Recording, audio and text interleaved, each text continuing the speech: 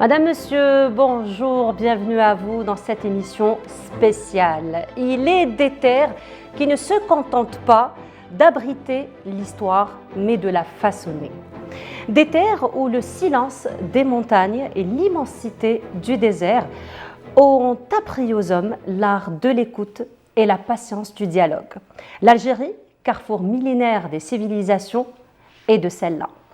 Aujourd'hui, alors que notre pays vit un moment de haute portée symbolique avec la visite du pape, nous ne recevons pas seulement un chef spirituel, nous renouons avec notre vocation profonde, celle d'être un pont entre les rives, une boussole de paix dans un monde trop souvent fragmenté. Pourquoi l'Algérie a-t-elle toujours été ce terrain neutre où les conflits s'apaisent ? Quelle est cette sagesse algérienne qui nous permet de conjuguer notre identité forte avec une fraternité universelle ? De l'esprit réformateur de nos ulémas à la résilience de notre société, nous allons explorer aujourd'hui comment notre nation propose comment notre nation propose au monde un modèle de médiation et de vivre ensemble. Et justement, pour répondre à toutes ces questions, j'aurai le plaisir d'être accompagnée durant toute cet après-midi où nous allons vous accompagner jusqu'à 18h en compagnie de mon ami et mon collègue et mon confrère aussi, Sami Qaidi. Sami, bonjour. Bonjour. Toujours ravi de partager le plateau en ta compagnie. Idem. Marhaba bik. Alors, on comptera sur toi pour revenir sur l'actualité de la journée, n'est-ce pas? Depuis déjà 10h du matin. Pour cette visite qui est d'ores et déjà historique. Exceptionnel. Alors, qu'en est-il justement de toute la symbolique religieuse? Eh bien, nous allons en parler en compagnie. Alors, je ne sais pas si je vais dire ce sont nos invités parce qu'ils sont déjà membres de la famille de Canal Algérie. Alors, Monsieur Abdelhamid Hachad, bonjour, bienvenue à vous. Bonjour. Alors, vous êtes directeur du Coran au niveau du ministère des Affaires religieuses et Waqf. Directeur des concours coraniques. Des concours coraniques, voilà, marhaba bik. Et parmi nous également Monsieur Kamal Chekka, théologien et membre de la Ligue des oulémas musulmans algériens, marhaba bik. Des pays du Sahel. Des pays du Sahel, voilà. Alors ça s'agrandit, Monsieur Chekka, depuis. Je reste toujours avec l'association, bien sûr. Marhaba bikoum. Alors, bien entendu, retour sur l'actualité d'aujourd'hui. Donc, le pape a été reçu par Monsieur le Président de la République, Monsieur Abdelmajid Tebboune, ce matin au niveau de l'aéroport d'Alger, où une cérémonie lui a été consacrée. Par la suite, donc, c'était une visite au niveau du sanctuaire des martyrs, là où donc, le pape a donné un discours. Et l'actualité de l'après-midi, nous y reviendrons avec Sami Qaidi. Alors, qu'en est-il de l'actualité de l'après-midi, Sami ? Alors, le pape Léon a affirmé que l'Algérie, forte de ses racines et de sa jeunesse, est capable de poursuivre sa contribution à la consolidation de la stabilité et au renforcement du dialogue au sein de la communauté internationale, ainsi que sur les deux rives de la mer Méditerranée. Today, these people welcome you as a Supreme Pontiff, as a son of St. Augustine, and above all, as a brother. Our people is like the Maqam al-Shahid, the Martyrs' Memorial, at the foot of which you now stand. It is proud, like this monument that rises into the sky of Algiers, and at the same time, it is burdened by a painful and wounded history for which a genuine request for forgiveness is still lacking.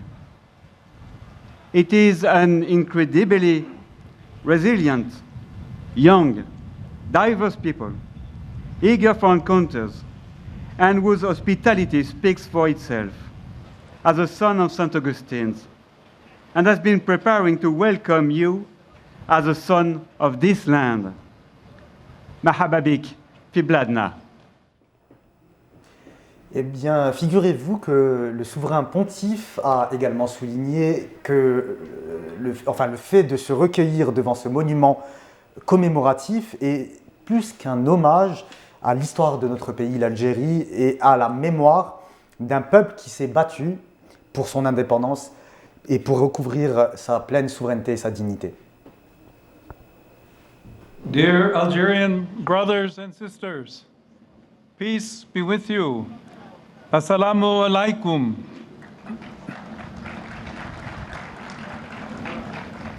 I give thanks to God for giving me the opportunity to visit your country as the successor of the Apostle Peter, after having already done so twice as a spiritual son of St. Augustine.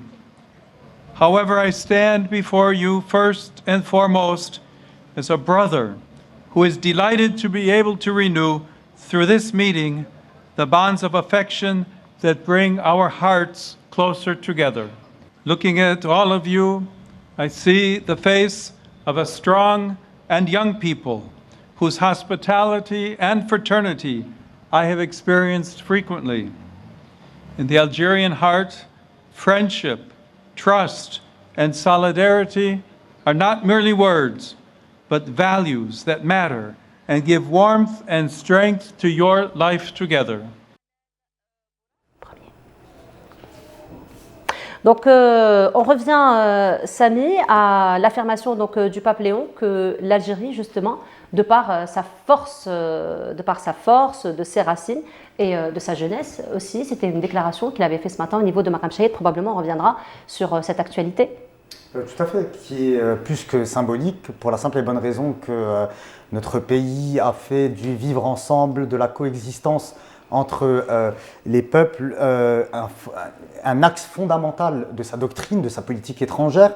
Et effectivement, le pape Léon l'a affirmé clairement que notre pays, l'Algérie, forte de ses racines et de sa jeunesse, est capable de poursuivre sa contribution à la consolidation de la stabilité et au renforcement du dialogue au sein de la communauté internationale, ainsi que sur les deux rives de la mer Méditerranée, la fameuse Mare Nostrum. Our presence here at this monument pays tribute to this history of Algeria and to the very spirit of a people who fought for the independence, dignity, and sovereignty of this nation. In this land, where cultures and religions intersect, mutual respect is the path that enables everyone to walk together. May Algeria, firm in its roots and steadfast in the hope of its young men and women, continue to contribute to stability and dialogue within the international community and along the shores of the Mediterranean. Pour sa part, l'archevêque d'Alger, Jean-Paul Vesco, avait affirmé que ce moment de recueillement devant ce monument somptueux, qu'est le Maqam Chahid, reflète la grandeur de l'Algérie et de la dignité de son peuple. Alors, nous allons revenir sur les images dans quelques instants.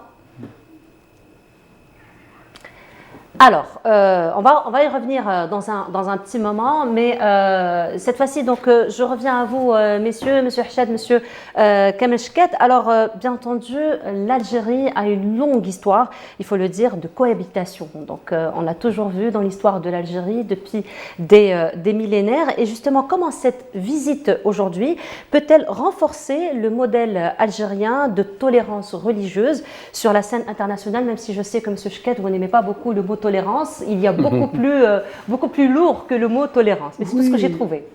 Écoutez, mon père me disait, si tu vas avoir un 18 sur 20, il faut viser 23-25, ce qui est impossible. Et c'est ça, c'est-à-dire que nous employons les mêmes rhétoriques que ceux qui sont pratiquement dans une hypocrisie totale, ceux qui, avec leur double standard, qui passent leur temps à nous parler de tolérance, à nous donner des leçons de vie. La religion musulmane n'est pas une religion de tolérance. La tolérance, c'est accepter ce que l'on ne peut changer par la force. Je te tolère parce que je ne peux pas t'effacer. Voilà ce que ça veut dire tolérance. L'islam, le verset de Sourate Al-Hujurat est un peu plus clair. Ô gens, nous avons créé à partir d'un homme et d'un mâle et d'une femelle, et nous avons fait de vous des peuples et des tribus pour que vous vous entreconnaissiez. C'est-à-dire que c'est à chacun d'entre nous de faire cet effort que d'aller vers l'autre. C'est pour ça que feu Cheikh Bouamran, une fois il y a M. Boujnoun qui lui a posé la question suivante. Il lui a dit, si on vous donnait la possibilité de résumer en quoi consiste le dialogue des religions, qu'est-ce que vous diriez? Il a dit favoriser les 3 C. Se connaître, se comprendre, coopérer. C'est tout. C'est-à-dire que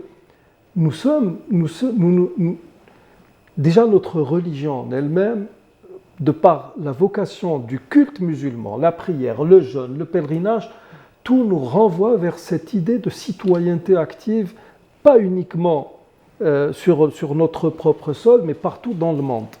Donc il ne s'agit pas d'être tolérant, il s'agit d'être dans une force qui permette d'accepter l'autre. Maintenant, pour rejoindre ce qui a été dit par le pape, l'Algérie a connu une succession de civilisations. Par moments, ces mêmes civilisations se sont entrechoquées pendant des siècles.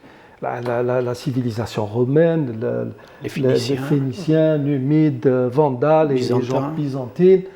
Et puis, ce brassage de races qui a fait sa richesse. Et ça rejoint le Coran. À chaque fois que la divergence ou la différence est citée, vous avez comme formule finale « Inna fi dhalika la ayatin ». Il y a, on se la dessine pour des gens doués d'intelligence, des gens qui réfléchissent, pour les savants, pour les sages. Les sages. Et donc, c'est ça, la richesse, elle commence ici, dans cet élan. Donc, c'est une terre qui a cette capacité à contenir l'autre, à aller vers l'autre.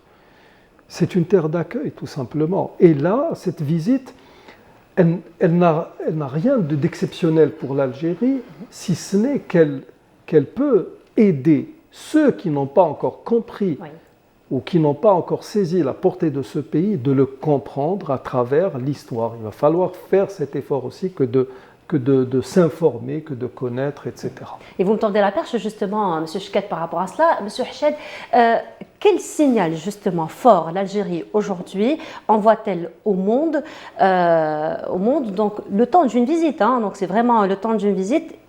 Aujourd'hui, elle montre finalement, et comme elle a toujours fait, quel est ce carrefour de paix en Méditerranée. Ben justement, pour revenir un petit peu à ce qu'a dit mon frère Kamal Chekhet, pour revenir un peu plus loin, les Nord-Africains en général, c'est des peuples qui sont pour la paix, c'est des peuples accueillants, c'est des peuples qui ne sont pas hostiles aux autres, qui ne sont pas des gens qui refusent l'autre. Et c'est pour ça qu'ils ont connu plusieurs civilisations, plusieurs religions. Si on revient à un exemple que j'aimerais bien citer, bien sûr, Saint-Augustin.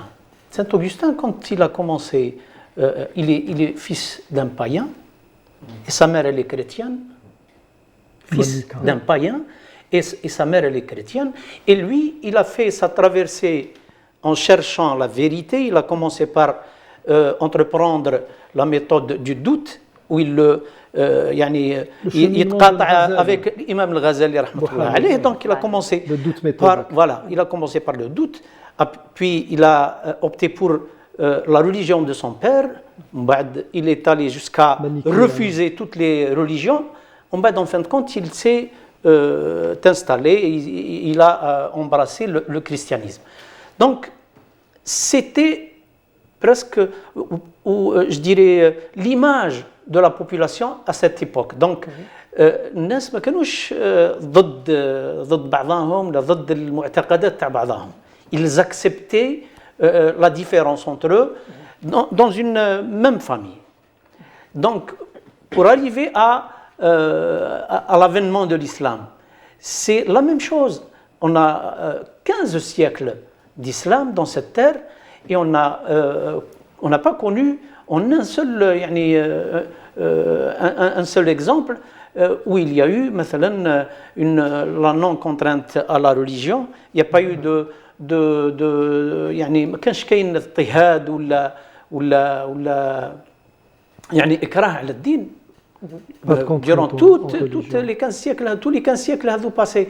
Donc, si on prend par exemple l'exemple de l'émir Abdelkader, lui qui était vaincu et trahi par les Français et après exilé à Damas, quand il est arrivé à une situation où il y avait une injustice contre les chrétiens, il a pris position pour les chrétiens. Il les a défendus. On va revenir avec un peu plus de détails sur l'émir Abdelkader dans un petit instant. Monsieur, vas-y. Je me tends la perche.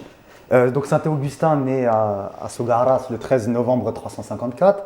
Est-ce qu'on peut dire que, compte tenu du fait que Saint-Augustin a contribué à la rencontre entre la raison et la foi, et qu'il est considéré comme aussi l'un des pères de l'Église, est-ce qu'on peut dire qu'il est au monde chrétien comme Abu Hamid al-Ghazali est au monde musulman? Parce que vous l'avez évoqué en substance. Bon, je ne vais pas parler de Saint-Augustin dans sa deuxième phase de vie, le contexte ne le permet pas, mais je préfère parler de sa première phase, où il était pour le dialogue, où il a entrepris un cheminement spirituel en cherchant la voie de la sagesse, la voie de l'âme pure.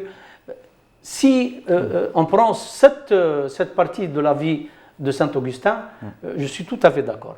Et c'est pour ça que je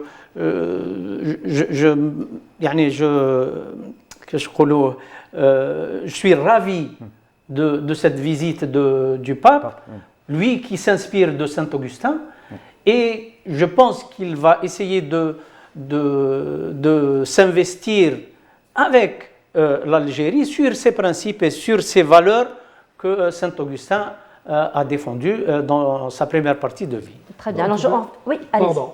Écoutez, quand on étudie, nous-mêmes qui sommes dans le pôle religieux, on va dire ça comme ça, parce que la notion de Rajul Din, de religion, n'existe pas chez nous. Nous n'avons pas de clergé, et nul d'entre nous ne peut se targuer d'être ministre de Dieu. Nous sommes aux antipodes du clergé tel qu'il existe chez les chrétiens. Vous savez, personnellement, lors de mes programmes, mes émissions, quand je parle d'histoire, l'histoire n'est pas sacrée. Même si je sais que Sahabatu kulluhum udul, tous les compagnons du prophète, sont doués ou jouissent d'une honorabilité parfaite. Il n'en demeure pas moins que je sens beaucoup plus d'affinité avec Ali ibn Abi Talib qu'avec Muawiyah, qui a opéré un tournant catastrophique dans l'histoire de l'islam. L'histoire, c'est ça l'histoire, c'est-à-dire que vous prenez ce qu'il y a dans l'histoire, vous acceptez ce que vous pouvez, vous rejetez ce qu'il y a à rejeter, et ça marche comme ça. Avec Saint-Augustin, c'est la même chose. Saint-Augustin est une personnalité qui ne fait pas consensus, même dans le monde chrétien. Sauf que sa théologie est une théologie plus que raffinée, très très développée.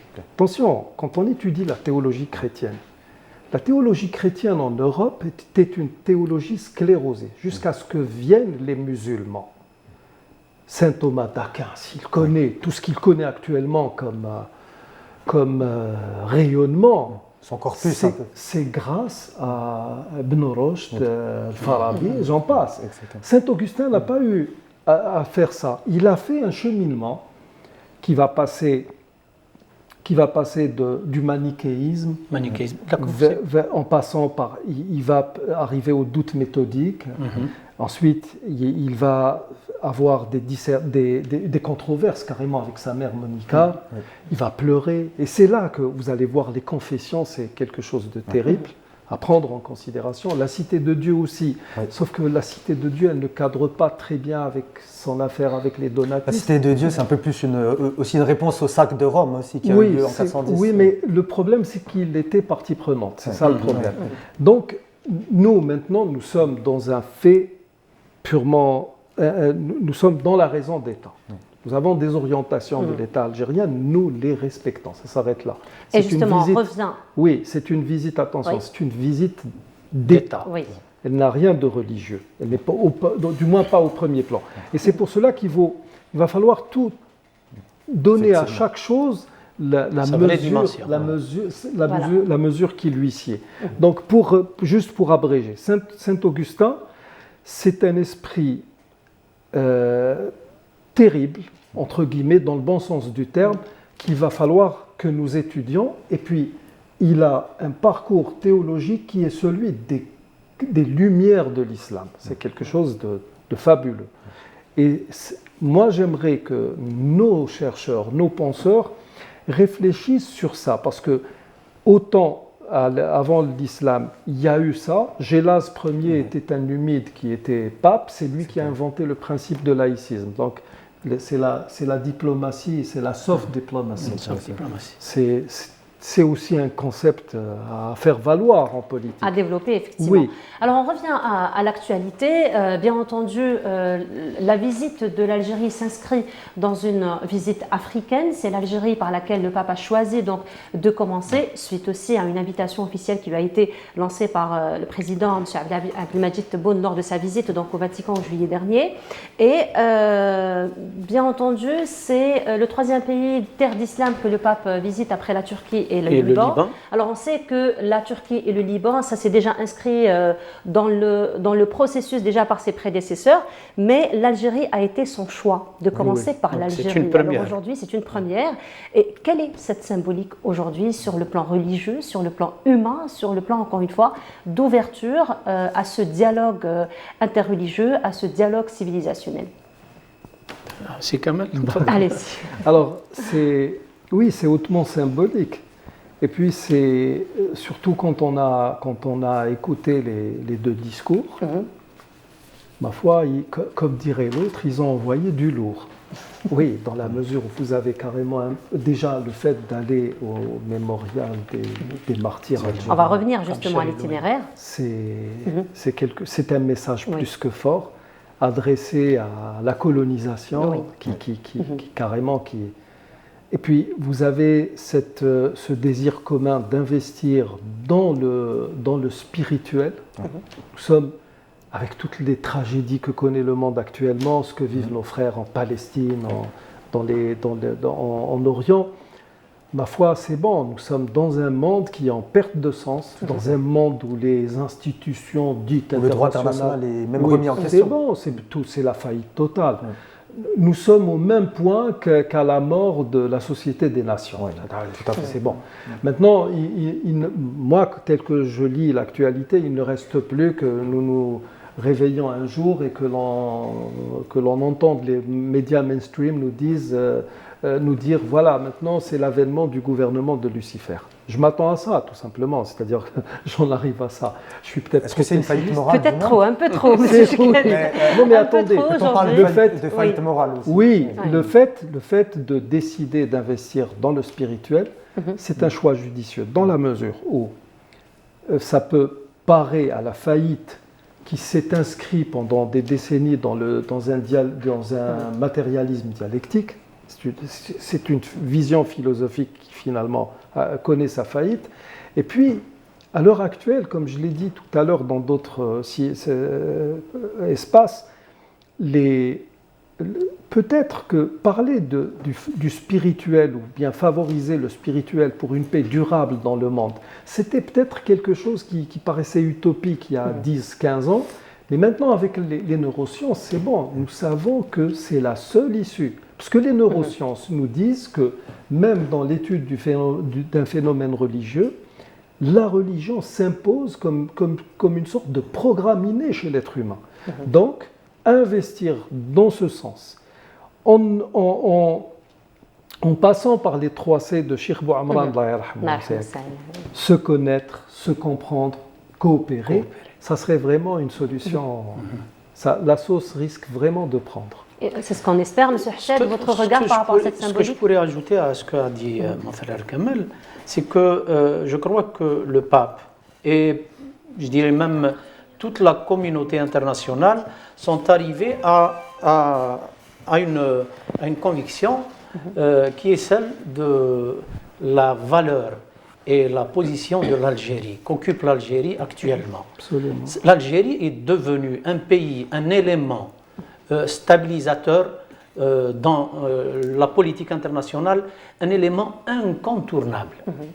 Il y a différentes régions où l'Algérie est un acteur principal dans la résolution de ces problèmes, à savoir, bien sûr, où l'Algérie a des positions claires et nettes concernant, par exemple, la libération du peuple palestinien et défendre les causes justes de toutes les nations et de tous les peuples qui ont une cause juste. Donc, l'Algérie, actuellement, personnellement, je crois qu'il y a un secret.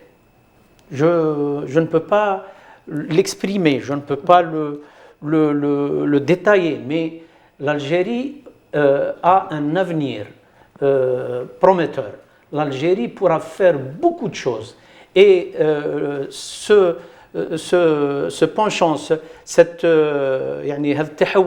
vers l'Algérie, le pape, heureusement, est parmi les premiers qui ont su peut-être comprendre et arriver à comprendre cette position de l'Algérie. Donc, il faut s'ouvrir vers l'autre, accepter l'autre. Bien sûr, nous le faisons en partant de nos valeurs religieuses, de nos convictions religieuses. Nabi alayhi salatu wassalam a reçu les chrétiens de Najran dans sa mosquée, la sainte mosquée de Médine. استقبل النبي صلى الله عليه وسلم نصارى نجران في مسجده. Il les a bien accueillis. Il a entrepris avec eux un dialogue avec la meilleure méthode. Donc, c'est pour nous l'exemple parfait. Donc, le fait que nous accueillons cette personnalité politique et religieuse de cette envergure, bien sûr, c'est quelque chose de très fort, de très marquant pour l'histoire de l'Algérie, mais aussi, il ne faut pas oublier que l'Algérie aussi a une position et un rang très important, et c'est pour ça qu'elle a été choisie comme première station du pape pendant sa visite à l'Afrique. À l'Afrique, effectivement, une visite qui va se poursuivre jusqu'au 26 de ce mois. Mais sinon, donc, nous avons évoqué en compagnie de nos invités, Samy, cette symbolique religieuse, cette symbolique spirituelle, mais il y a aussi toute une symbolique politique et une symbolique diplomatique, n'est-ce pas? Tout à fait, d'autant plus que le souverain pontife, le pape Léon, est le chef d'État du Vatican, et c'est sa première visite sur le continent africain. Il se rendra par la suite au Cameroun, en Angola et en Guinée équatorienne, mais il a choisi l'Algérie, le plus grand pays d'Afrique, pour débuter sa rencontre avec le continent. Il faut dire que ce n'est pas rien. La première visite d'un souverain pontife sur le continent date de la fin des années 60, sous le pontificat de Paul VI, qui a eu donc un pontificat de 1963 à 1978, donc c'est le premier pape à venir en Afrique, et plus qu'un voyage qui singularise le choix du pape Léon, c'est qu'il vient en pèlerinage sur les pas de son maître spirituel Augustin d'Hippone. Et c'est vrai que pour cela, il y a toute une symbolique, d'ailleurs en reprenant même les déclaration forte de l'archevêque d'Alger, Jean-Paul Vesco, il avait d'emblée parlé de signal fort du fait que la visite du pape Léon constitue somme toute un point de départ pour un message universel de paix. Donc c'est dans tout cela que s'inscrit ce choix. Et il y a aussi la symbolique du 13. Qu'est-ce que c'est précisément? Il faut savoir qu'il décide de se rendre en Algérie le 13 avril, et Saint-Augustin est né un 13 novembre. Donc il y a cette symbolique. On est dans un voyage éminemment important, exceptionnel, historique, le premier d'un pape en Algérie depuis et avant l'indépendance également. Donc effectivement, le pape Léon marque l'histoire. Pourquoi il marque l'histoire? Car on l'a évoqué sur ce plateau, c'est que on voit le chef de la chrétienté, donc le pape Léon, tendre sa main à un chef d'État musulman, le président de la République Abdelmajid Tebboune. Ils se tendent mutuellement la main pour construire des ponts, pour promouvoir le dialogue, au moment même où on voit que sur la scène internationale, les tenants du choc des civilisations vocifèrent. Donc il y a vraiment toute une symbolique.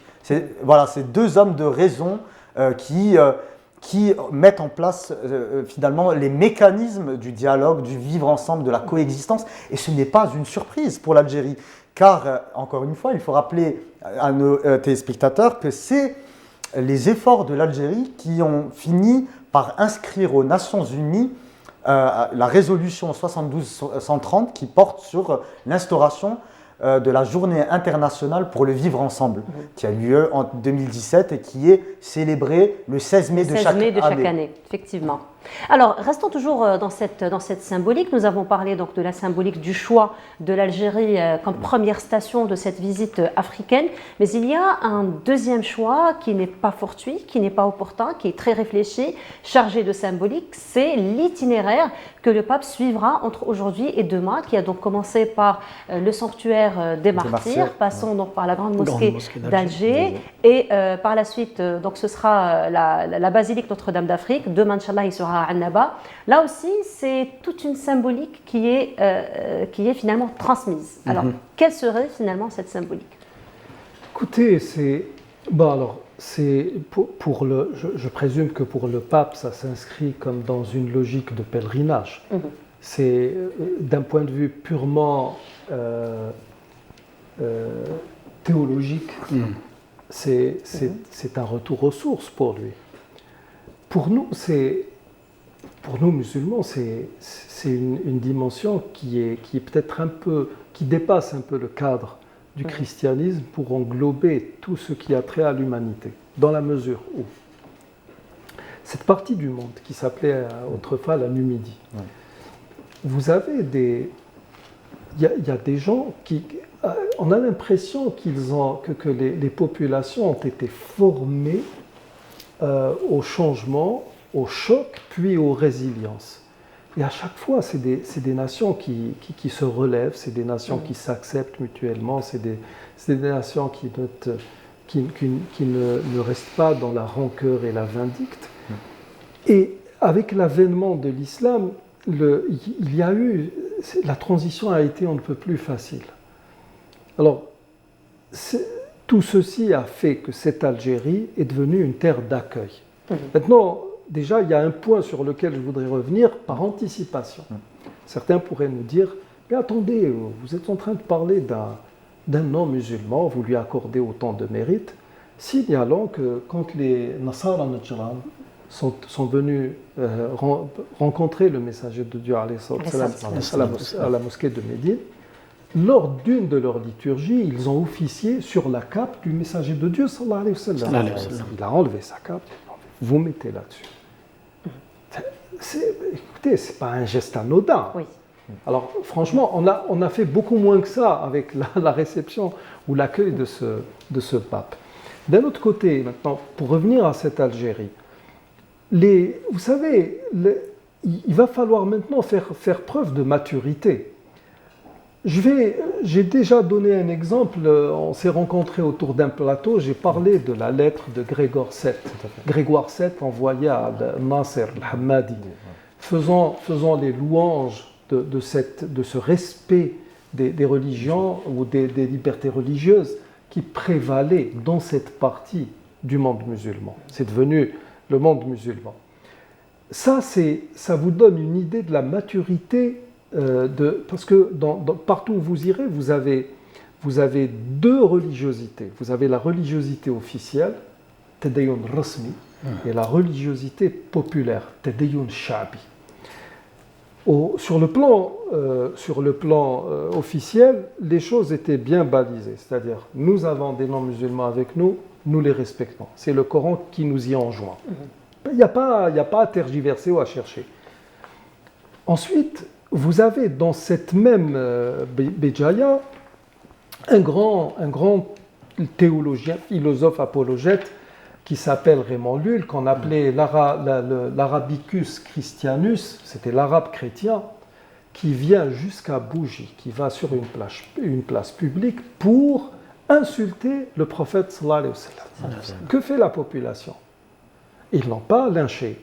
Ils l'ont pris, ils l'ont emmené vers l'autorité, et là, l'autorité, qu'est-ce qu'elle fait? Avec une maturité qui dépasse l'entendement. Ah bah, tu as envie de t'insulter, viens, on te met face à des érudits. Et là, il y a eu une confrontation. Le monsieur, il sort, il rentre chez lui, ça s'arrête là. Vous avez là encore une idée de la maturité religieuse ou plurielle de cette population qui accepte tout, qui n'a peur de rien finalement. Parce que finalement, cette violence, d'où est-ce qu'elle vient? De la peur de l'autre. Et de l'ignorance. De l'ignorance. C'est pour cela que, voilà, le pape ira vers Annaba, Hippone, qui a, soit dit en passant, donné aussi des grands savants que beaucoup d'Algériens ne connaissent pas, qu'on appelle le Bouniyoun. C'est comme le Bijaïyin, c'est comme le Tilimsaniyin, bien sûr. Et nous, en tant que musulmans, voilà, nous devrions capitaliser tout cela. C'est-à-dire que lui, il est dans sa logique. C'est un pèlerinage religieux, ça peut même s'inscrire dans le tourisme religieux, qui pourrait être, soit cela dit, en passant une manne financière pour l'Algérie. Mais voilà, nous, qu'est-ce que nous pourrions tirer comme leçon de tout cela? C'est que nous avons un passé qui est plus que brillant. Et il va falloir revenir à nos sources. Je ne dis pas ça dans une logique de syncrétisme style House of Abraham, on va peace and love, on va tout faire. Non, nous sommes musulmans, nous avons notre identité. Il y a des gens qui ne réfléchissent pas comme nous, qui n'ont pas la même obédience que nous sommes tenus de respecter tout ça. Dans le respect. Dans le respect.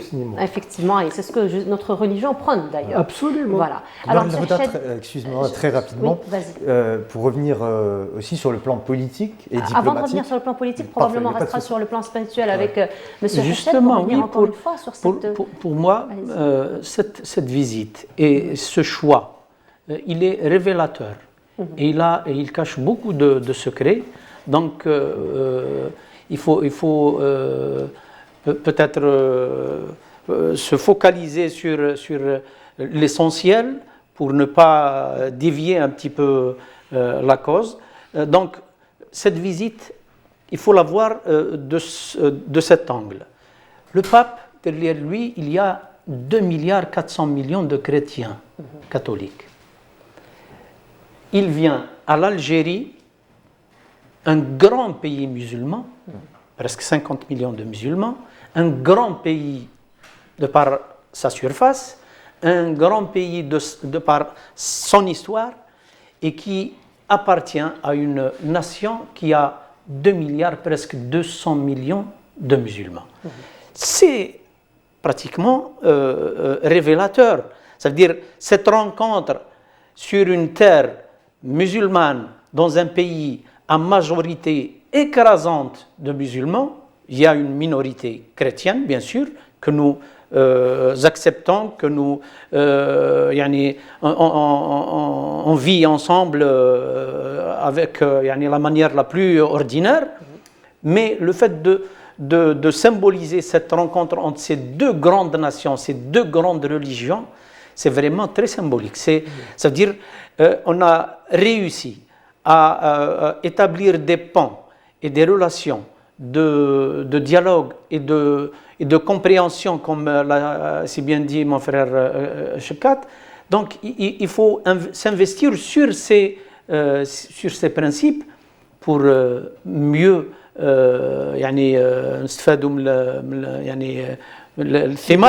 tirer profit de cette visite sur tous les plans. C'est une visite politique, bien sûr, qui s'inscrit dans le principe de gagnant-gagnant.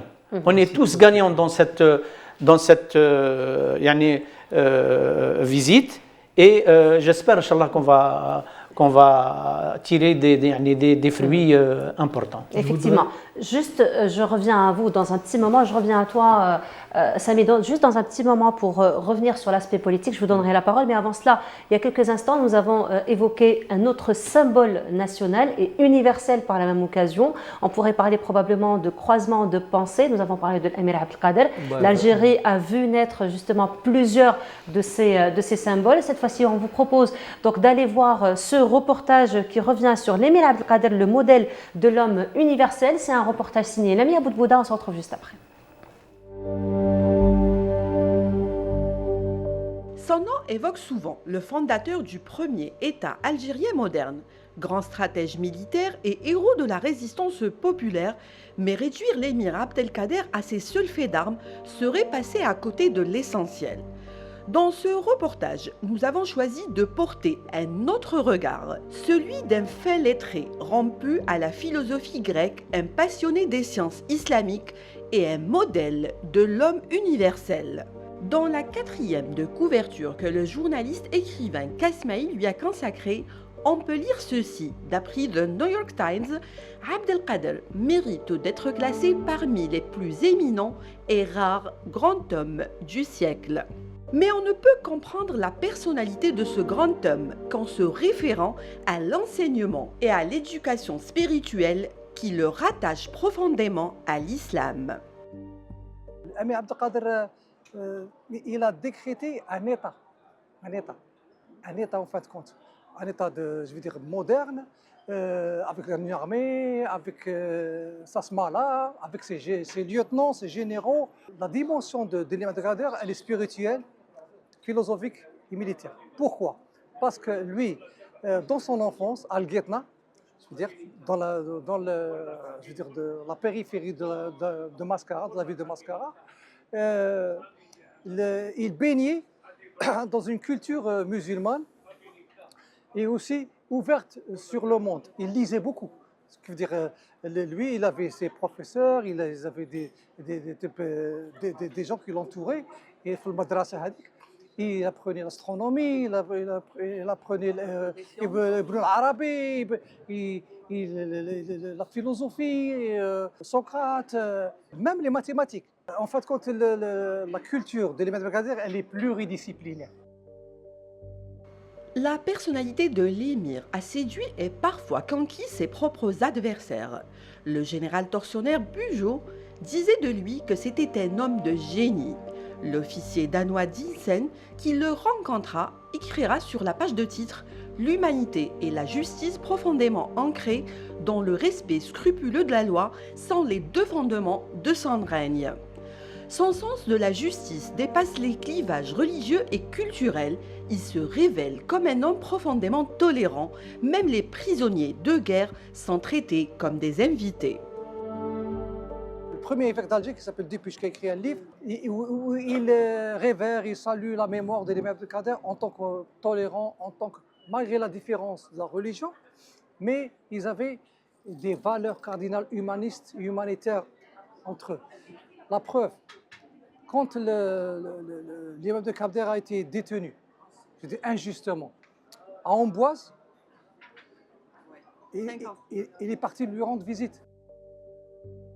Même après son exil, il confirme son image d'homme de paix. À Damas, il protège des milliers de chrétiens lors des massacres de 1860, risquant sa propre vie. Ce geste humanitaire lui vaut l'admiration internationale. Il devient un symbole universel de tolérance et de coexistence. Le nombre, on parle, d'après les journaux américains, dans le Library of Congress, la librairie du Congrès, ils disent entre 12 000 et 15 000. 15 000, chaque fois, ils répètent. Enfin, c'est des milliers de personnes qui ont été sauvées d'une mort certaine. Mais pourquoi?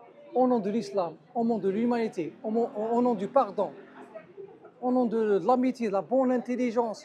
Parce que les valeurs de l'Émir Abdelkader, ce sont les valeurs de l'islam. La plus grande reconnaissance vient et provient d'Abraham Lincoln, le président des États-Unis. Il lui écrit, la lettre existe, et l'entête est comme ceci, l'entête, je veux dire l'entête. La lettre commence par ceci. to His Excellency, Lord Emir Abdelkader, from the President of the United States, Abraham Lincoln. Traduction. À son Excellence, Lord, Monsieur, avec un majuscule, Lord, l'Amir Abdelkader, de la part de le président des États-Unis, Abraham Lincoln. Un geste salué aux quatre coins du monde, d'Abraham Lincoln au pape Pie IX et du tsar Alexandre II à la reine Victoria jusqu'à Napoléon. Preuve que celui qu'on appelait le prince de l'Algérie était déjà un prince du monde. Et voilà, c'était donc un retour sur le parcours de l'émir Abdelkader. C'était l'émir Abdelkader, le modèle de l'homme universel. Et c'était un reportage de Lami Aboudbouda. Avant donc de parler de ce symbole national, je voudrais, en ta compagnie, Samir, revenir sur cette symbolique politique, on en parlait juste avant le reportage, et diplomatique donc du choix de l'itinéraire que le pape a pris aujourd'hui et continuera jusqu'à cet après-midi et demain, Inch'Allah. Alors juste avant, Nour El-Houda, peut-être dire un mot sur l'émir Abdelkader. L'histoire retiendra que le fondateur de l'État algérien moderne, l'émir Abdelkader el-Jazairi, a sauvé en 1860, lors de troubles, les chrétiens à Damas.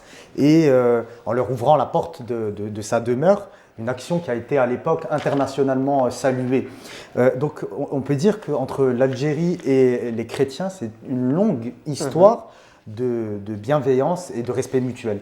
Alors pour la symbolique politique, le fait que le pape se rende tout d'abord au sanctuaire du martyr, il y a toute une symbolique. Le sanctuaire du martyr avait été inauguré lors du 20e anniversaire de l'indépendance de l'Algérie en 1982. Tout à fait. Et il a pu rencontrer et découvrir toutes les étapes du combat libérateur du peuple algérien qui a arraché de haute lutte sa liberté et sa souveraineté, qui a recouvert avec beaucoup d'abnégation son indépendance et cette souveraineté chèrement acquise. Et donc, ce qui est intéressant, je pense que ça rappelle également le soutien que l'Église avait eu pour l'indépendance de l'Algérie, avec la figure de l'archevêque d'Alger, M. Duval, qui avait apporté, parce qu'il avait été installé en 1954 au moment du déclenchement de la glorieuse Révolution de novembre, et il avait apporté un soutien franc et direct pour le combat du peuple algérien, pour l'indépendance de l'Algérie, ce qui lui avait valu de nombreuses attaques, des menaces et d'autres moqueries de la part Mohamed Duval, voilà, qui est l'évêque des musulmans. Exactement, de la part de ces colons animés de beaucoup de haine, beaucoup de mépris. Je veux également rappeler, parce qu'il y a quand même un continuum avec l'archevêque d'Alger, l'actuel archevêque d'Alger, Jean-Paul Vesco, qui avait tenu des propos extrêmement durs par rapport au système abject et ignoble qu'est le colonialisme. Il avait même également affirmé dans une déclaration à nos confrères de l'APS qu'il avait sollicité le souverain pontife et les autorités compétentes également, pour que les anciennes puissances coloniales puissent assumer totalement et pleinement leurs responsabilités historiques. Et ça, je pense que c'est quand même extrêmement fort, et ça rappelle également ce message aussi de l'archevêque d'Alger contre finalement ce colonialisme, cette pratique inadmissible, criminelle, et qui est condamnée internationalement.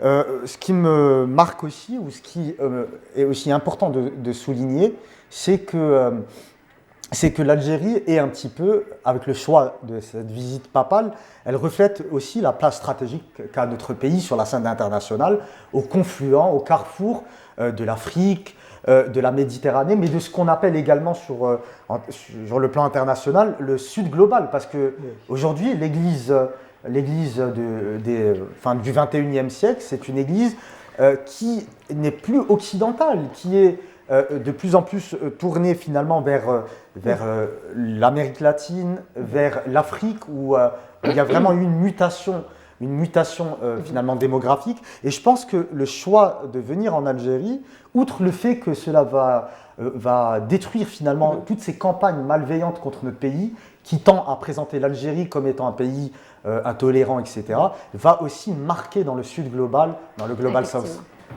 Effectivement. Alors on continue justement, Sami, avec l'actualité. Le pape Léon s'est rendu donc à Jama'a el-Jazair, où il a été accueilli au niveau du hall du centre culturel par le président de la République, M. Abdelmajid Tebboune. Donc troisième le plus chef grand, de l'État et l'hôte de l'Algérie ont prononcé à l'occasion des discours au centre culturel en présence des hauts responsables de l'État, des membres du gouvernement aux côtés de la délégation qui accompagne le pape Léon, dans lesquels ils ont insisté sur la nécessité de poursuivre les efforts afin de renforcer l'esprit d'entente, le dialogue, la coexistence et la coopération.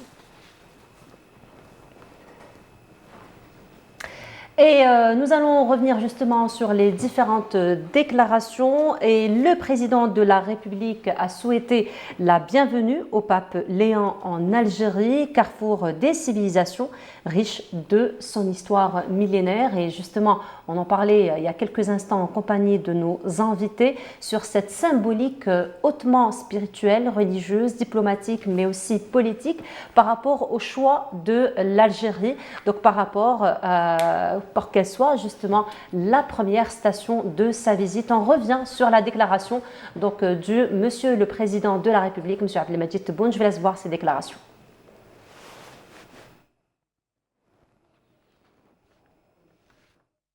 الجزائر شعبا وحكومة ومؤسسات يسعدني ويشرفني أن أرحب بكم قداسة البابا ليون الرابع عشر ترحيبا حارا في أرض الجزائر.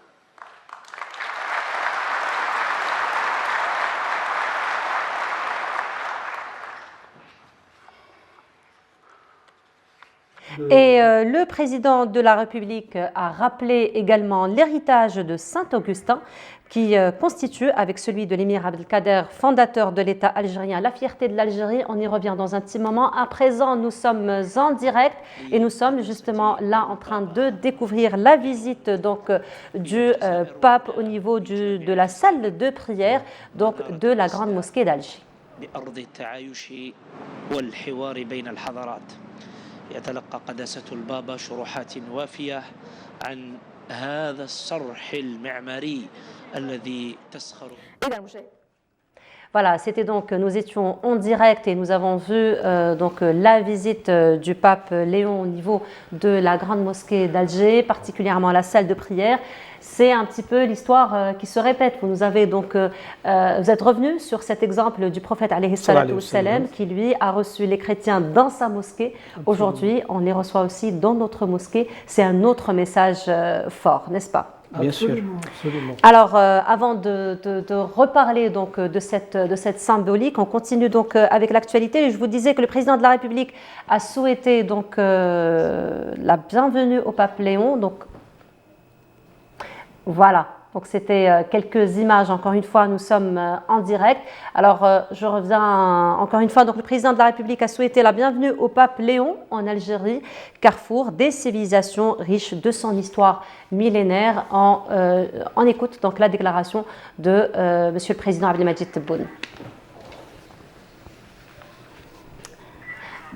Alors, avant de revenir donc à cette déclaration, je reviens à vous donc messieurs. Alors, justement, on parlait encore une fois de cet exemple de la Sœur alayhi salatu wassalam qui a reçu donc ces chrétiens dans sa mosquée. Aujourd'hui, nous les recevons dans notre mosquée et il s'agit donc de la troisième plus grande mosquée au monde, oui, n'est-ce pas? Absolument. Et c'est un symbole fort également, c'est un symbole identitaire et c'est un autre message finalement qui est lancé, n'est-ce pas? Écoutez, c'est un retour aussi à un principe que beaucoup ont tendance à négliger par ignorance.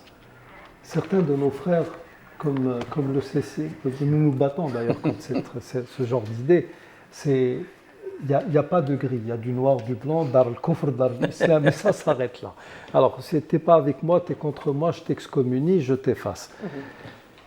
À l'époque même de l'imam Shafi'i. Alors, si vous permettez, on revient au direct. C'est le duplex, enfin, oui.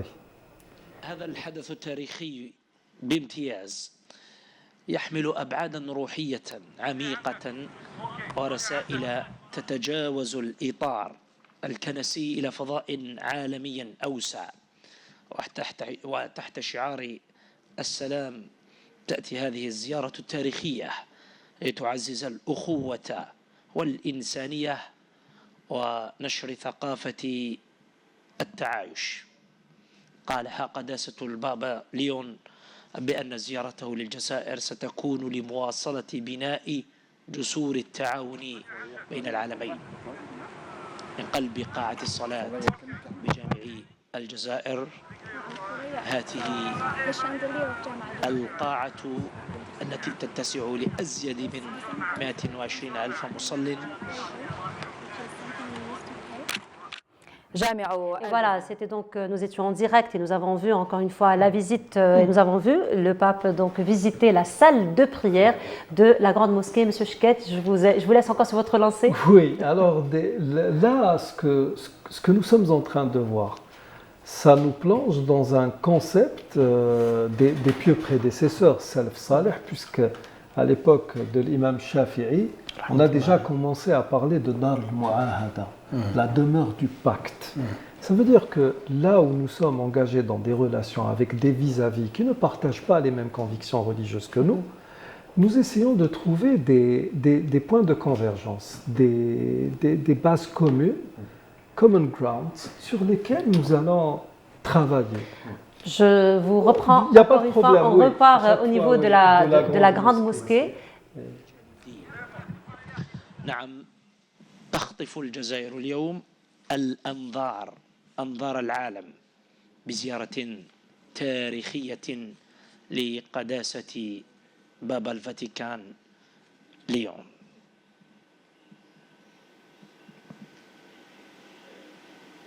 هذه الصور مشاهدينا الكرام تأتيكم على المباشر لضيف الجزائر قداسة البابا ليون، وهو يؤدي زيارة إلى جامع الجزائر، أكبر مسجد في القارة الإفريقية وثالث أكبر مساجد العالم بمدينة المحمدية بالجزائر العاصمة، في أرض الإسلام والسلام، أرض الشهداء والوفاء للقيم والأخلاق السمحة.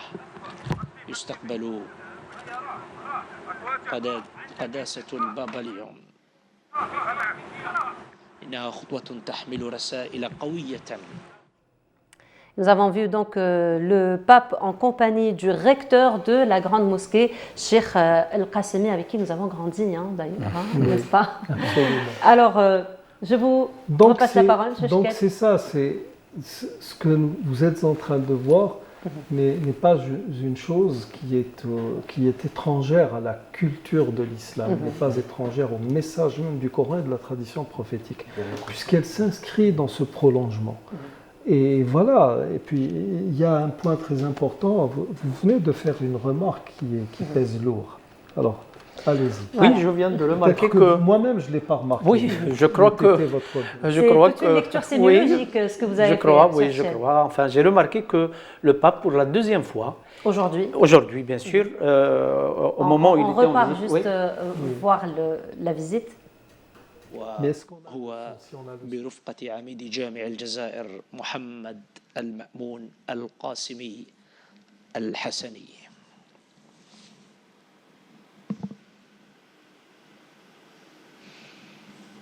هذه الصور المباشرة من قاعة الصلاة بجامع الجزائر، أين يحظى ضيف الجزائر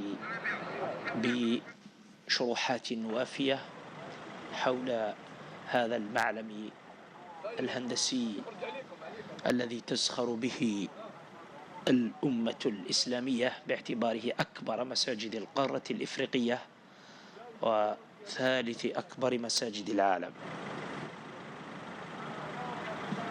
الجزائر بلد السلام وأرض العلماء وصناع المجد والجسر المتين المبني على قيم التسامح والاحترام والتبادل الثقافي. تحتفي وتستقبل ضيفها قداسة البابا ليون الذي يؤدي زيارة رسمية إلى الجزائر.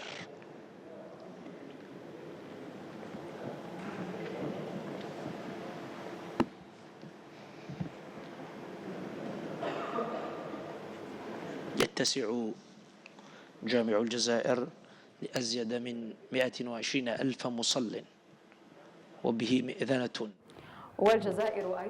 Et de retour, alors on revient à vous, Monsieur Hachad. Donc c'est une remarque que vous avez faite. Vous avez remarqué un acte très symbolique de la part du pape à deux reprises aujourd'hui, dans deux endroits distincts. J'espère que j'aurai raison. Mais ce que j'ai remarqué, c'est qu'il était en plein recueillement. Et à ce moment-là, il a fait ce geste. Il a caché un petit peu la croix comme signe de respect. Donc vous pensez que c'est pas du tout involontaire? C'est volontaire, enfin c'est ma lecture, oui. je crois, du moment qu'il l'a fait pour la deuxième fois. Donc il l'a fait au moment où il était devant le Maqam Shahid, et la deuxième fois, dans ce moment de recueillement où on a senti qu'il a essayé de peut-être faire une prière, je crois, mais il a fait ce geste, il a caché la croix. Donc c'est un signe de respect que nous saluons bien sûr, que nous reconnaissons bien sûr. Ça ne peut être que ça, parce qu'il n'est pas bienséant pour une personne de sa stature de cacher la croix. Oui. C'est un signe ostentatoire. Donc moi aussi, je ne pense pas que c'est un acte de respect. Oui. Ça a été fait sciemment et délibérément.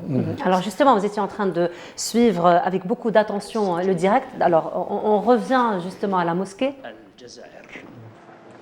إذن كما تشاهدون قداسة البابا ليون يوقع على السجل الذهبي لجامع الجزائر ويخط بيده كلمة عن هذه الزيارة وعن هذا الصرح المعماري الذي يزين سماء العاصمة الجزائرية ويبعث من منارته الشامخة رسائل السلام والتعايش إلى كل أقطار العالم.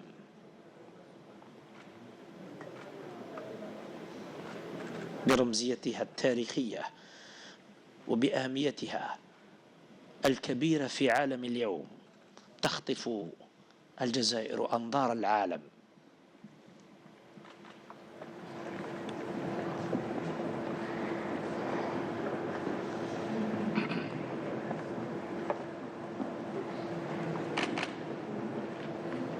ها هو قداسة البابا ليون يوقع ويسجل بخط يده كلمات ستبقى محفوظة في صفحات السجل الذهبي لجامع الجزائر.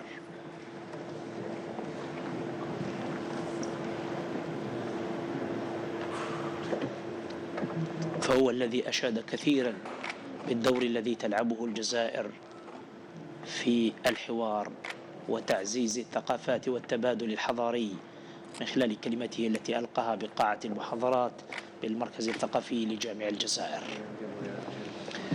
إذن زيارة قداسة بابا الفاتيكان إلى الجزائر متواصلة، وفي هذه الأثناء تلتقط صورة للذكرى بجامع الجزائر. يحضر إلى ضيف الجزائر عميد جامع الجزائر الشيخ محمد المأمون القاسمي الحسني.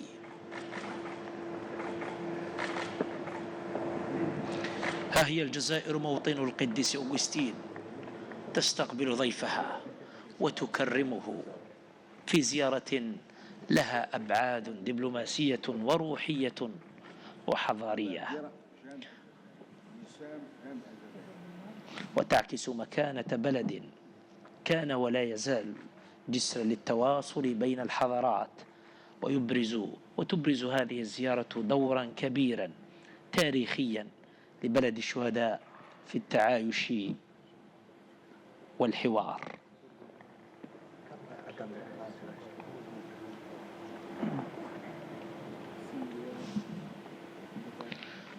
بدوره يسدي ضيف الجزائر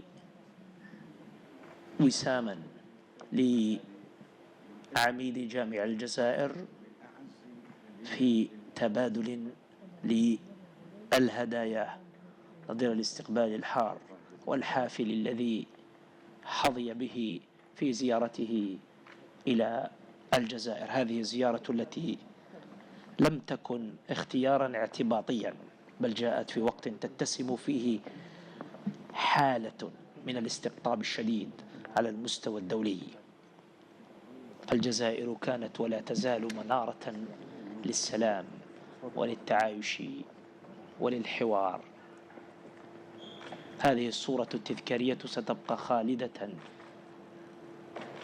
من قلب جامع الجزائر، أكبر مسجد في القارة الإفريقية وثالث أكبر مساجد العالم، منارة الإسلام والسلام الذي يقع بقلب الجزائر العاصمة. Et voilà, nous étions en train de suivre en direct, encore une fois, la visite du pape Léon à la grande mosquée d'Alger, où nous avons vu qu'il a laissé une empreinte sur le livre d'or, et puis par la suite, donc ça s'est clôturé par une photo de groupe. Je reviens à vous. Donc nous étions en train de parler de ce symbole, encore une fois, de respect. Une autre remarque que vous avez faite, Monsieur Cheket, c'est que la guide qui était en train de donner toutes les explications concernant la mosquée n'était pas en train de parler en arabe, elle était en train de parler en anglais, pardon. Est-ce que votre remarque nous laisse penser qu'il y a comme une espèce de déconstruction de certains préjugés qui peuvent toucher probablement nos pratiques, nos ouvertures? Ça s'inscrit dans la vocation même de la grande mosquée d'Alger. C'est un lieu qui est censé devenir vraiment un lieu représentatif de l'Algérie, une façade. Et vous savez, c'est un lieu où tout a été bien pensé. Les arbres ou la végétation qui est dans la grande mosquée, c'est la végétation qui est citée dans le Coran. Le minaret, il a été pensé pour abriter à chacun de ses étages un compartiment ou un module. Il y a la plus grande en Afrique également. Oui, bien bien sûr. sûr. Même. Oui, dans le monde, oui. Et puis, parce que j'ai eu l'occasion déjà avec Cheikh Mamoun de rencontrer là-bas soit la jeunesse algérienne qui est venue de toutes les parties du monde, ou bien aussi des étrangers comme ça avec lesquels il y a eu des rencontres. Et les hôtesses sont là pour expliquer en multilingue ça peut être des non-musulmans, comme ça peut être des officiels, comme ça. Donc c'est la jeune femme la jeune hôtesse qui les accompagnait, elle parlait en anglais. Effectivement. Alors, Samy, probablement, on va clôturer sur une question, le premier plateau de cette émission. Donc, nous étions en train de suivre en direct, justement, la visite du pape Léon à la grande mosquée d'Alger. Donc, on disait que c'est la 3e grande mosquée dans le monde et elle a plusieurs critères qui font toute sa singularité. Probablement, tu pourras nous éclairer davantage là-dessus. Al-Jazair, qui est doté donc du plus grand minaret au monde, qui est le 3e lieu de culte musulman au monde après les grandes mosquées de Médine et de la Mecque, a un minaret qui culmine à 265 mètres, où je pense que le souverain pontife va se rendre pour observer la vue sur la baie d'Alger, qui est d'ailleurs classée la plus belle au monde après celle de Rio de Janeiro, tout un symbole. Donc là, on a vu également le pape Léon déambuler dans la salle de prière, une salle qui fait 20 000 mètres carrés, qui peut accueillir 36 000 fidèles et jusqu'à 120 000 si on additionne à cela les dépendances même. Et, alors, Samy, on revient à toi, on revient juste à la mosquée pour suivre le direct. إلى فضاء عالمي أوسع وتحت شعار السلام تأتي هذه الزيارة التاريخية لتعزز الأخوة الإنسانية وتنشر ثقافة التعايش.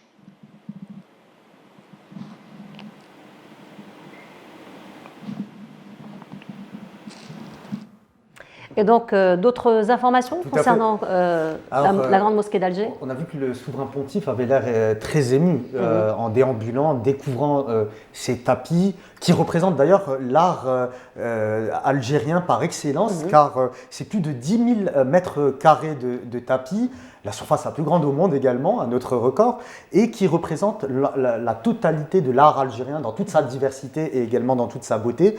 Il y a eu une station devant le mihrab qui est en marbre blanc et où il y a des versets coraniques, etc. Il y a eu un moment tout à fait. Et il y a eu ce moment de recueillement, tout un symbole également, entre le recteur de la Grande Mosquée d'Alger et le souverain pontife. Ce qu'il faut également ajouter, c'est que cette jolie salle de prière est surmontée d'une coupole qui culmine à une hauteur de 70 mètres. Et on a pu voir que Jama al-Jazal, ce n'est pas qu'une grande mosquée, c'est toute une infrastructure, une hyperstructure composée de 12 bâtiments indépendants, dont Dar al-Qur'an, une bibliothèque composée somme toute d'1 million d'ouvrages, ce qui n'est pas rien, et encore une fois dans la symbolique, un centre de recherche en sciences religieuses et de dialogue entre les civilisations. Et ce qu'il faut dire, c'est que en découvrant cet espace, je pense que le souverain pontife a pris encore une fois connaissance de toute la grandeur de l'art islamique et de la culture algérienne. Et donc c'est une double rencontre, si j'ose dire, et un moment aussi de solennel et de recueillement. Car on a pu voir également le pape Léon écrire dans le livre d'or de la Grande Mosquée. Et je serais curieux de découvrir ce qu'il a noté, compte tenu du fait qu'il ne s'agit pas qu'un simple message pour la Grande Mosquée, mais également un message pour l'Algérie, pour le continent sûrement, et peut-être pour le monde. Pour l'humanité, effectivement. Et donc, sur ces informations, on clôture ce premier plateau. Monsieur Hachad, merci beaucoup. Merci encore une fois d'avoir été parmi nous en cet après-midi. Je rappelle que vous êtes C'était un plaisir. Tout le plaisir pour nous. Donc, je rappelle que vous êtes le directeur des concours coraniques au niveau donc, du ministère des Affaires religieuses et des Waqf. Monsieur Chkat, merci encore une fois. Alors, vous êtes théologien, membre de l'Association des oulémas musulmans algériens et pays du Sahel. J'ai appris la leçon. Vous avez tellement été marqué par cette rencontre des cultures que vous avez tout mixé. Bon, c'est bon. Moi, ça fait mon affaire. Je reste dans le dialogue interculturel. En tout cas, merci beaucoup d'avoir été parmi nous cet après-midi. On continue. Donc, cette fois-ci, nous allons encore revenir sur ce dialogue interreligieux. Et c'est Naïma Loualish qui revient dans ce reportage. On se retrouve juste après.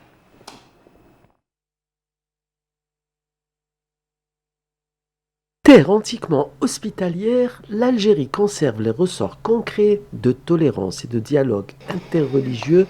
En témoigne au plus haut point la coexistence physique un peu partout dans nos contrées de plusieurs lieux de culte. L'Occident islamique a toujours été une terre de vivre ensemble et de, non pas de tolérance, mais d'acceptation de l'autre. Il va falloir commencer à travailler sur ce principe de tolérance. La tolérance, c'est accepter ce que l'on ne peut changer par la force. Nous sommes dans une logique qui va vers l'autre. Ya Yohannas, aux gens, nous vous avons créé à partir d'un mâle et d'une femelle et nous avons fait de vous des peuples et des tribus pour que vous vous entreconnaissiez. Nous sommes dans l'islam nous engage dans une citoyenneté active mondiale, planétaire. Nous ne sommes pas dans la tolérance. Je te tolère parce que je ne peux pas t'effacer. L'Algérie a toujours été, ou du moins cet espace géographique a toujours été dans cette logique. Autant avant l'islam qu'après l'islam. Cette tolérance, elle est millénaire. Elle est ancestrale au sens que l'Algérie a toujours été un carrefour des cultures et des civilisations, terre de l'hospitalité et de la tolérance, et en même temps terre de la culture de la dignité. Nous respectons la dignité humaine et nous préférons toujours l'amitié. L'amitié avant tout.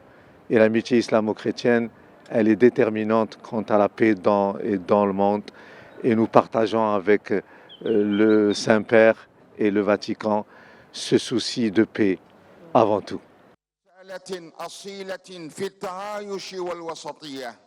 وما جسدته من مرجعية دينية حافظت على التوازن بين الأصالة والانفتاح ختاما إننا قداسة البابا إذ نثمن جهودكم القيمية نؤكد أن أيادينا ممدودة دائما لكل مسعى يروم خير البشرية وكرامة الإنسان، شاكرين لكم إخلاصكم في تعزيز التعايش السلمي بين البشرية ونشر ثقافة السلام والوئام والدعوة إلى إحلال الحب والمودة بدل العداوة والبغضاء.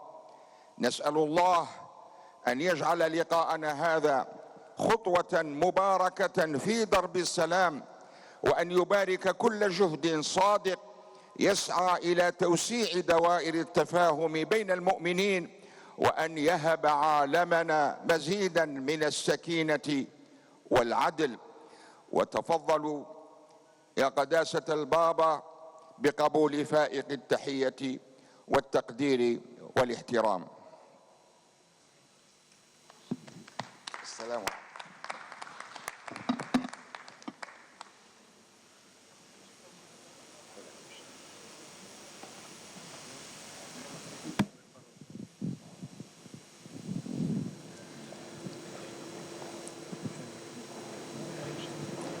Ringrazio questa riflessione, queste parole tanto importanti in questa visita da un luogo che rappresenta lo spazio che è di Dio, uno spazio divino, sacro, dove tante persone vengono per pregare, per trovare la presenza del più alto, di Dio nella loro vita. شكرا فضيلتكم على كلامكم المؤثر من هذا المكان المقدس حيث يأتي الناس الكثيرون لكي يصلوا هنا. شكرا على كل شيء.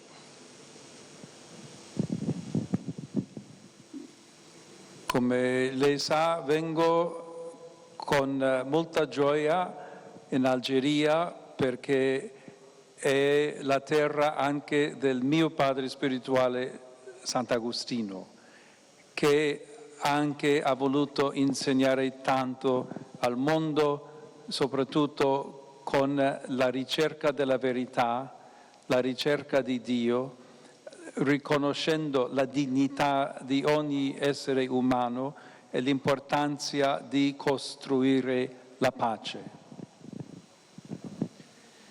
جئت بفرح إلى الجزائر لأنها أيضا أرض القديس أغسطينوس الذي أنتمي إلى رهبنته. والقديس أغسطينوس كان دائما يبحث عن الله والحقيقة ويسعى أيضا من أجل السلام. Cercare Dio e riconoscere anche l'immagine di Dio in ogni creatura, figlio di Dio, in ogni uomo e donna creati nell'immagine e somiglianza di Dio. Questo per noi significa che è molto importante imparare.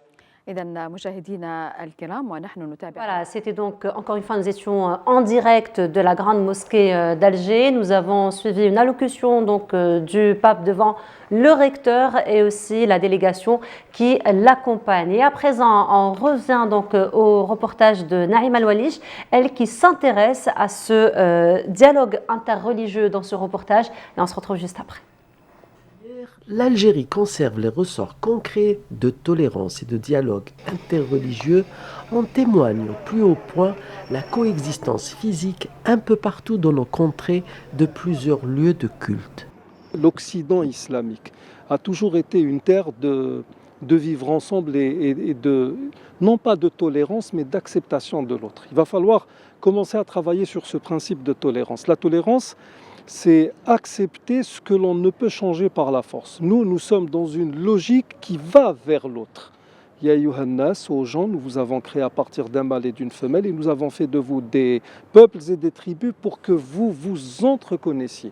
Nous sommes dans l'islam nous engage dans une citoyenneté active mondiale, planétaire. Nous ne sommes pas dans dans la tolérance. Je te tolère parce que je ne peux pas t'effacer. L'Algérie a toujours été, ou du moins cet espace géographique a toujours été dans cette logique. Autant avant l'islam qu'après l'islam. Cette tolérance, elle est millénaire.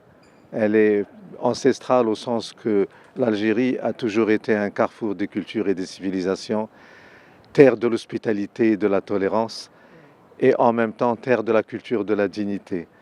Nous respectons la dignité humaine et nous préférons toujours l'amitié. L'amitié avant tout. Et l'amitié islamo-chrétienne, elle est déterminante quant à la paix dans le monde. Et nous partageons avec le Saint-Père et le Vatican ce souci de paix avant tout. Ancré dans l'histoire, ce respect pour d'autres religions est également consacré dans la loi fondamentale du pays, garantissant dans son article 51 la liberté d'exercice des cultes en protégeant ces lieux de toute influence politique. Le dialogue est la clé, l'écoute est de l'autre.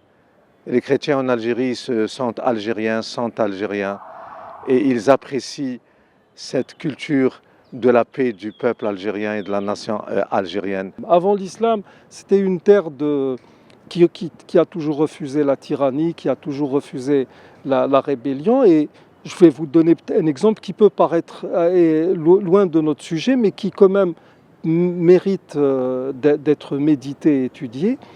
Quand vous prenez quelqu'un comme Saint Augustin, c'était un chrétien qui faisait partie de l'Église de Rome.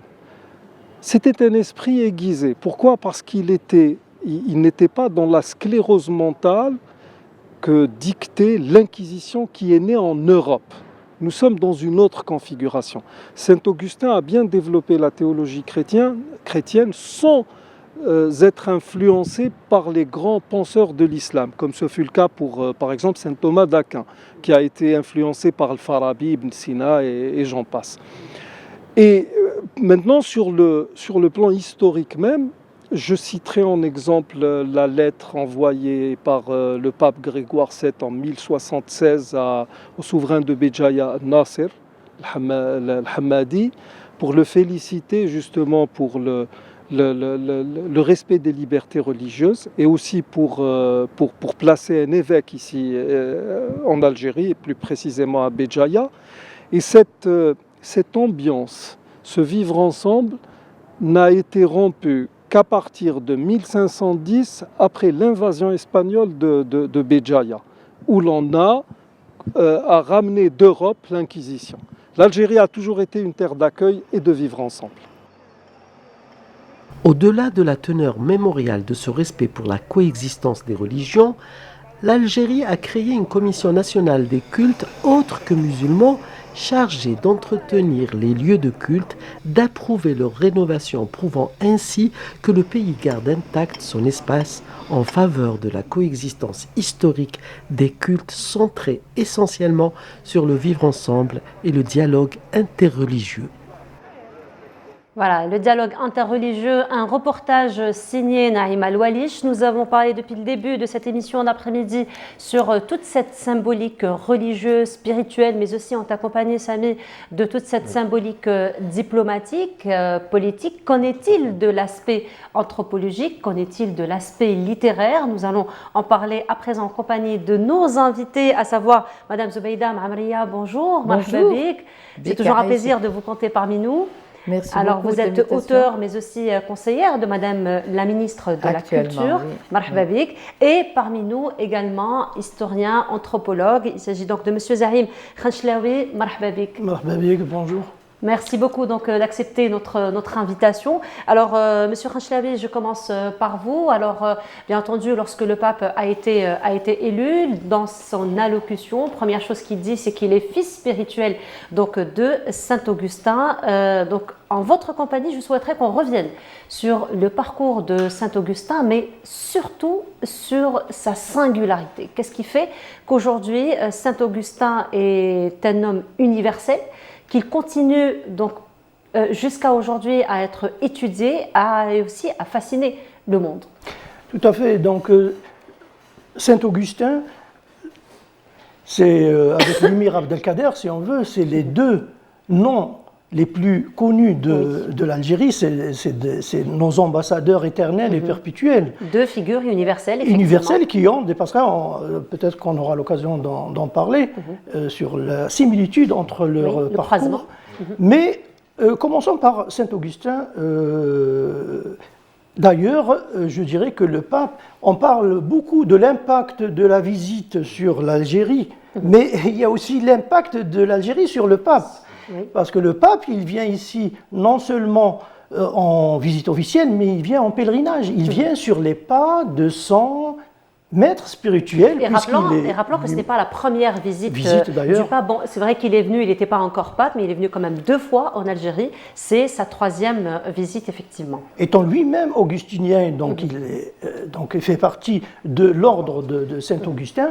Qui est connu aussi pour sa vie communautaire et sa proximité avec les pauvres. Je pense que, je parle sous votre contrôle, mais je pense que c'est un ordre mendiant, enfin qualifié d'ordre mendiant. Voilà, et d'ailleurs c'est ce qui caractérise le parcours de Saint-Augustin, c'est son humilité intellectuelle. Et là, si je parle de sa singularité, c'est quelqu'un qui a eu plusieurs vies. Il y a plusieurs Saint-Augustin. Il y a le Saint-Augustin de Taganumide, de Tagaste, l'adolescent qui part à faire ses études d'abord à Mador, puis à Carthage. Et là, il y a un Saint-Augustin qui est confronté à sa passion, à ses désirs juvéniles. Et là, il est confronté au problème du mal et du péché. Il ne veut pas renoncer à sa vie, je dirais, mondaine, parce que c'était quelqu'un qui a eu une vie tumultueuse et passionnée. Et là, il tombe sur une religion qui à l'époque était très à la mode, le manichéisme. C'était une religion qui venait d'Iran. À l'époque, vous savez, il y a comme de tout temps, les idées qui circulent. Et l'Empire romain de l'époque couvrait toute la Méditerranée. Et donc on pouvait voyager d'Algérie jusqu'à la frontière de l'Iran sans changer de pays. Et la langue de la partie occidentale, c'était le latin. Et donc il est entré il s'est converti à cette religion qui lui donnait une explication du mal. Parce que, si vous voulez, il se disait, moi, ce que je fais de mal, ça ne vient pas de moi, ça vient de la partie obscure, parce qu'il y a dans le manichéisme, il y a la lumière et les ténèbres. Et il avait une vision matérialiste de Dieu. C'était une substance lumineuse. Et le mal, c'était une substance ténébreuse. Et donc, il n'était pas responsable de ses actes. Bon, passons. Et il y a par la suite la rencontre avec le néoplatonisme, qui lui a donné une autre forme de perception de Dieu qui est centrée sur l'un. L'un abstrait, cette fois-ci. Et donc, il a quand même commencé à adhérer à cette idée-là, qui par la suite a abouti, comme on le sait, à sa conversion finale à la foi chrétienne. Et là, je citerai sa mère, Sainte Monique, parce qu'il ne faut jamais oublier la présence et le rôle de sa mère dans son parcours, spirituel. Mais il n'a jamais cédé à la pression de sa mère. Il ne s'est pas converti au christianisme pour faire plaisir à sa maman, qui l'a suivi jusqu'à Milan. Bon, il a pris la décision de se convertir. Par une recherche spirituelle également. Spirituelle, parce qu'il a... Oui. Il y a aussi un petit point, je voulais revenir sur cette recherche et cette réflexion autour de la question du mal. Je pense que ça s'est un peu matérialisé dans ses écrits avec les confessions. Les confessions. Écrits entre 397 et 401, où il a mis à l'écrit un peu toute cette réflexion par rapport à la question du bien, du mal, la raison, la foi, etc. D'où la singularité, pour revenir à la singularité de ce personnage qui a plusieurs vies et plusieurs multidimensionnelles, je dirais, c'est qu'il a compris par la suite que le mal, le mal, c'est l'absence du bien. Et ce n'est pas une confrontation entre deux substances matérielles, comme il l'avait vécu dans le manichéisme, mais c'est plutôt l'absence de lumière. Il y a la lumière, quand il n'y a plus de lumière, il y a les ténèbres, mais c'est une absence et non pas une présence. Et là, ça, comme vous disiez tout à fait, dans ces confessions qui sont considérées comme, je dirais, l'autobiographie. Bon, il y a eu des autobiographies avant Saint-Augustin, mais une autobiographie où on utilisait le « je », à première personne du singulier, le pronom « je », ça c'était avec Saint-Augustin, parce qu'il a écrit et il a fait un examen de conscience, si vous voulez, et il a fait ces confessions qui restent donc d'autorité jusqu'à nos jours. Et je vous laisse donc... Madame Amalia, vous vouliez rebondir par rapport à... Ah oui. Je voulais juste préciser que Saint-Augustin était quelqu'un d'un esprit très lumineux et un esprit un peu particulier. Il était intelligent, tout simplement. Il était très sensible. Et très jeune, il a montré qu'il avait des prédispositions déjà intellectuelles. Et son père va faire des sacrifices. Parce qu'avant, les études étaient payantes. C'est pas comme chez nous, tout est gratuit. Eh bien, il fallait payer les études. Et le père avait fait le sacrifice de vendre ses terres pour qu'il étudie. Donc, il a étudié d'abord à Tagaste, à Socaras, l'école primaire, comme on dit, puis après le collège à Mador. Et là, il fallait payer. Il a payé, et il a appris la grammaire et le latin. Et il s'est rendu compte que le latin n'était pas si parfait que ça. Il va le perfectionner. Parce qu'il est perfectionniste dans sa façon d'être. Et puis après, il est revenu quand même à Tagaste, il a essayé d'enseigner. Mais il était toujours mal à l'aise, il voulait plus. Et c'est un parent, Romanianus, un riche, qui va l'aider à aller à Carthage pour payer ses études. Et là, il va apprendre la rhétorique. Il va être rhéteur. Rhéteur, c'est-à-dire être capable de convaincre les autres. C'est justement le pouvoir de persuasion qu'il va avoir. Et effectivement, c'est un esprit brillant. Il va maîtriser la parole et la façon de convaincre. Et il va se distinguer comme cela. Et il va rencontrer justement le manichéisme. Le fameux manichéisme, c'est quoi? C'est cette distance entre le bien et le mal. Il ne va pas être à l'aise. Il a vécu pleinement sa jeunesse dans cette... Il a fréquenté les tavernes, les arènes, il a fréquenté tous les milieux. Il vivait sa jeunesse comme n'importe quel jeune qui voyageait, mais en rencontrant le manichéisme, il va essayer de se positionner. Il avait trouvé que le manichéisme, en termes de théorie et de formation de l'esprit, n'était pas assez fort pour le former. Il se sentait à l'étroit entre justement le bien et le mal. Il trouvait que c'était un champ de réflexion étroit. Alors, on revient justement à ce champ de réflexion qu'il a par la suite développé. D'ailleurs, on y revient, mais avant cela, on continue avec l'actualité d'aujourd'hui.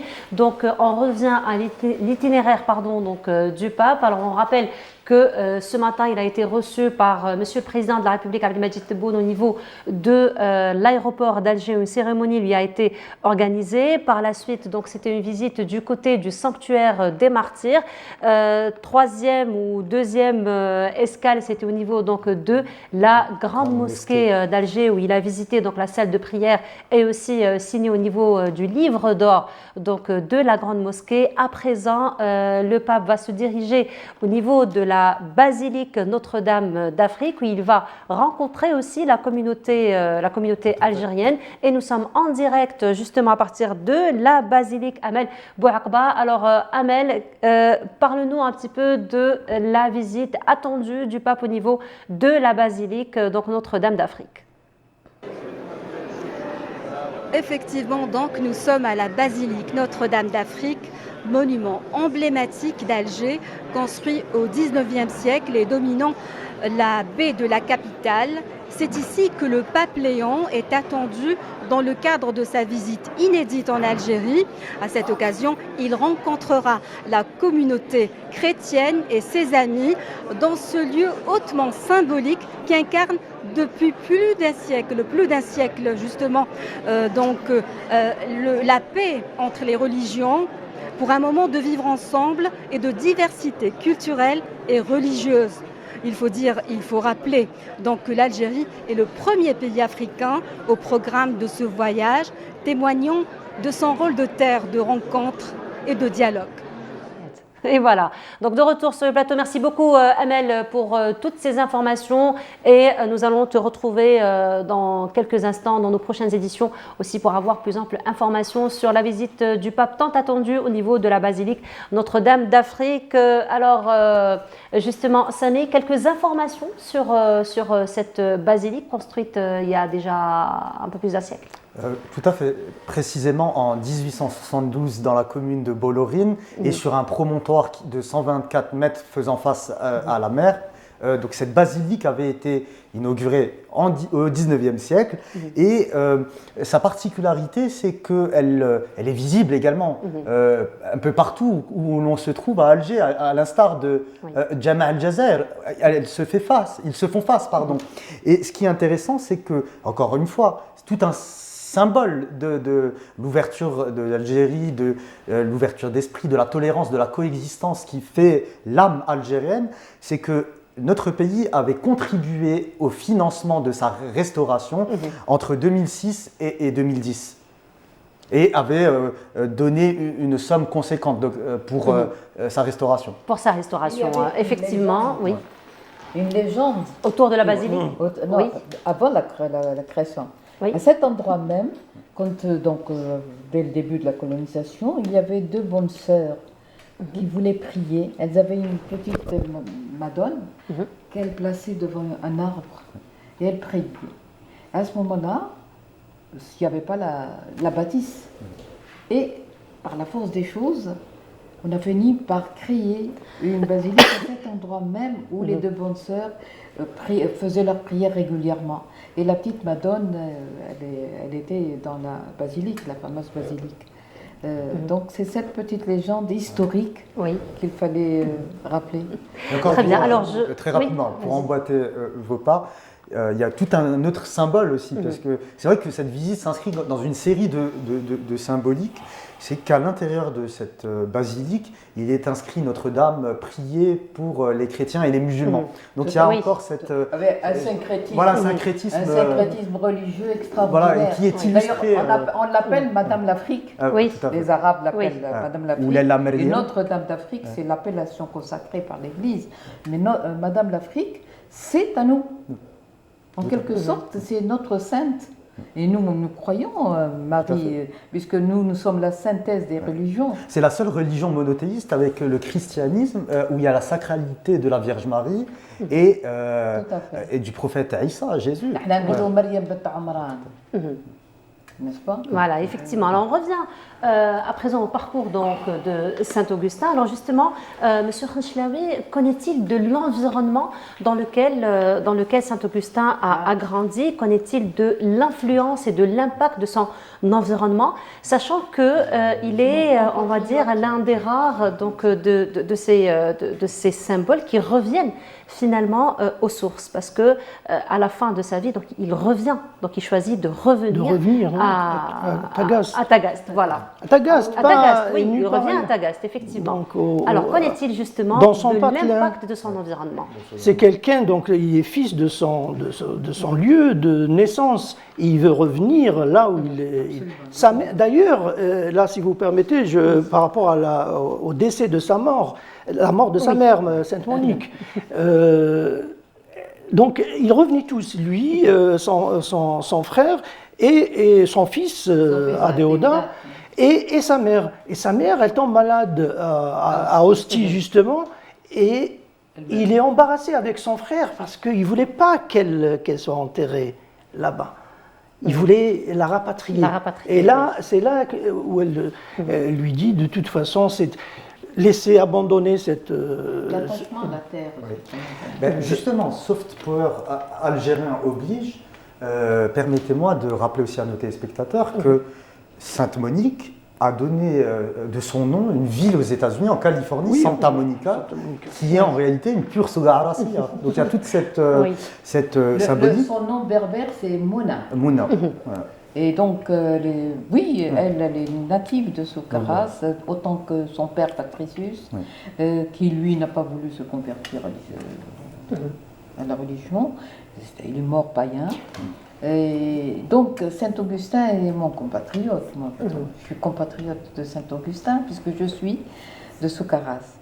Sur les pas de Saint-Augustin. Nous avons une représentante finalement de Tagaste aujourd'hui. Il avait pour cette région un attachement extraordinaire. D'ailleurs, ce que je disais à M. Khnachlaoui, j'ai eu une information lorsque j'étais en train de faire mes recherches, vous allez me dire si c'est une vraie information ou pas, c'est qu'à chaque fois que Saint-Augustin s'éloignait de Tagaste, il tombait malade. Effectivement, c'est une vraie information. Effectivement, il lui faut un temps d'adaptation parce qu'il tombait malade et il avait le mal du pays. Et particulièrement de Soukaras et de l'Olivier, n'est-ce pas, là où il allait méditer. Et il avait un attachement très très très fort.